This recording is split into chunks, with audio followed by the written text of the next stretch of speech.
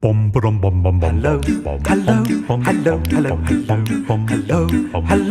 hello, hello, hello. I waited 4 years for this. Look how beautiful it is tonight. Everybody together. This is what we need in this country.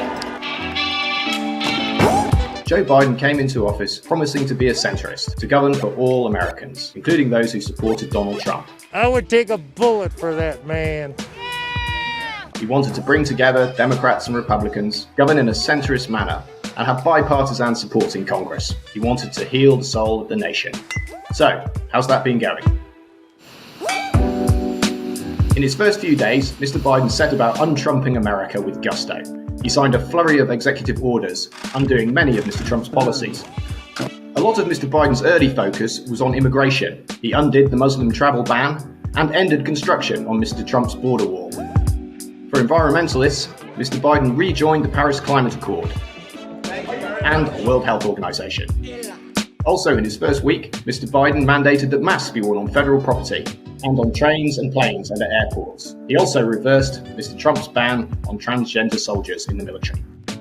In this fast start, Mr. Biden essentially did everything he could without needing Congress to undo Mr. Trump's policies.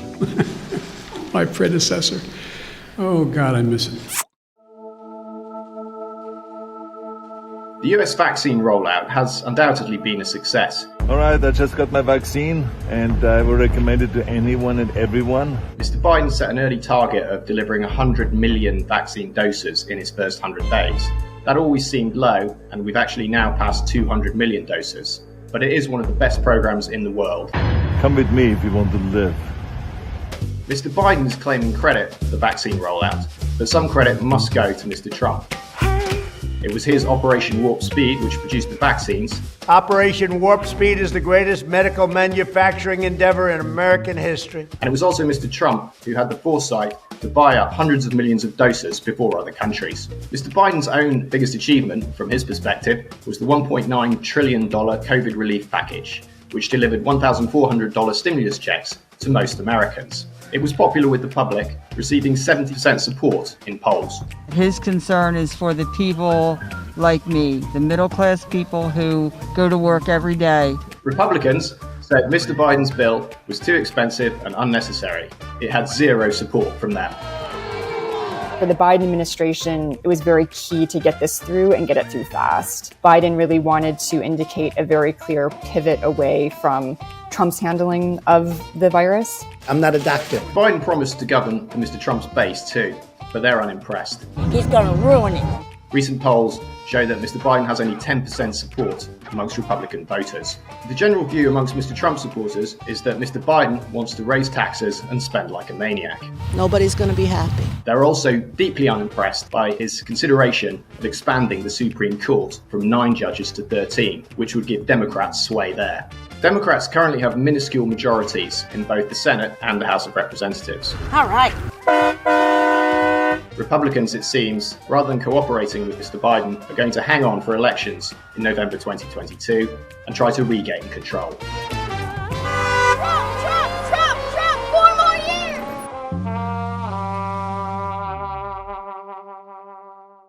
years! There's kind of the true believer Trump supporters. I love him. Absolutely. Those MAGA voters who I think are not winnable. I don't think that they are a faction that Joe Biden can reasonably appeal to. What we do know is that a lot of working class interests that were sometimes leveraged and some might say even exploited by Trump, at least rhetorically. These are animals. Are things that the Biden administration went into their term very well aware of and very conscious of trying to address. I will be a president for all Americans. All Americans. So I think this will be a big question for all of Biden's term, and especially for this first year, with what kind of pivot he was able to make from the Trump presidency. Certainly in terms of policy, I think that Biden, again, has done a good job of recognizing what some of the issues were that really galvanized a lot of the support for Trump and trying to harness those within the Democratic agenda through policies and proposals that are very much geared towards the working class. You can believe him. You can listen to him and believe it in his heart, in the words that he speaks.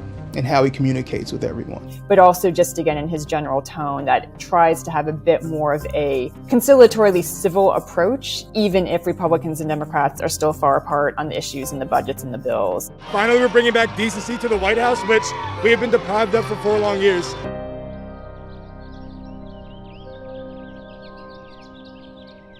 Mr. Biden's big new project is infrastructure.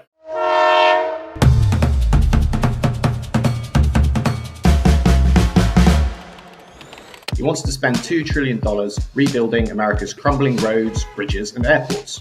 To do this, he wants to raise taxes. He wants to put up corporation tax from 21% to 28% and raise the taxes of people earning $400,000 or more.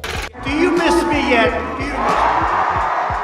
For Republicans, this is a no-go. It's a huge tax increase. Well, Republicans would say that the definition that Joe Biden is using of infrastructure is too capacious. What the president proposed this week is not an infrastructure bill. And in fact, if you look at the details of the bill, you will see that only about 5% of proposed spending is devoted toward roads and bridges. Republicans are going to critique it largely on the grounds that much of what's in this bill is not infrastructure. Infrastructure, according to the president, is a lot bigger. We're talking about making sure that you take asbestos out of schools.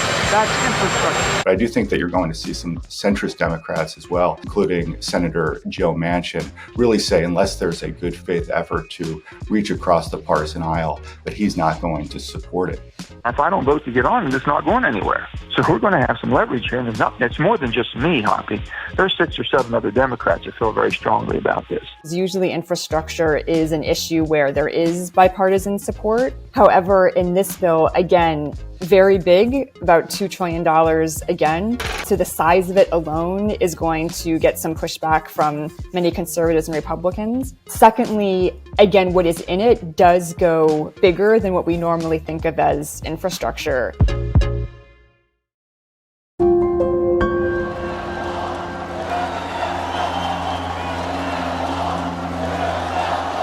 Immigration is shaping up to be the biggest crisis of Mr. Biden's presidency. So far, it's an unmitigated disaster.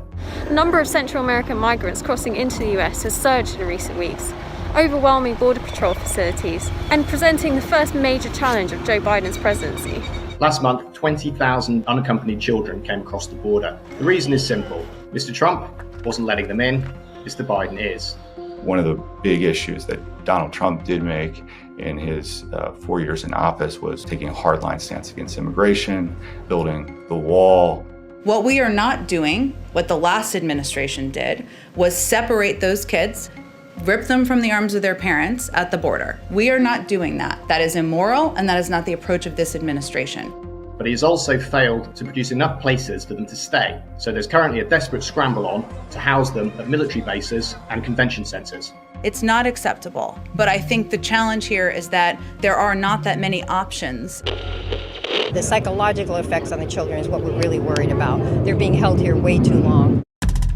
I think part of the challenge during the previous administration is that the rhetoric around immigration and migrants seeking asylum was so heavily loaded with this very divisive and dismissive rhetoric that devalued individuals as human beings. We're taking people out of the country. You wouldn't believe how bad these people are. These aren't people. One of the things that the Biden administration has done in trying to dial back some of that rhetoric to remind us of the fact that we are a nation of immigrants. Biden is in some ways maintaining or doubling down on some of the policies that the Trump administration had put in that Democrats are very critical of.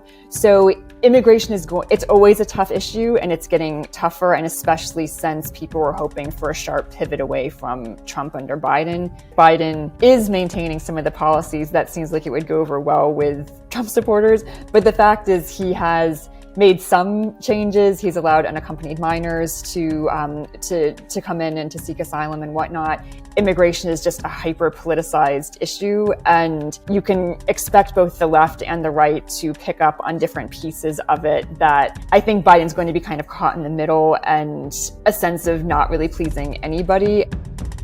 Immigrants coming to our country, with newcomers coming with their hopes and dreams and aspirations. Well, those are American traits. And when they come here with those values, they make America more American. 100 days in, Mr. Biden's poll rating is hovering just above 50%, which is exactly where he started. Mr. Trump's poll rating at this stage was 40%. Mr. Obama's was 60%. Overall, Mr. Biden has failed to heal political divisions in America. Mr. Trump's supporters, Biden is a fraud, still view him as a creature of the left. Joe Biden, you will never be my president.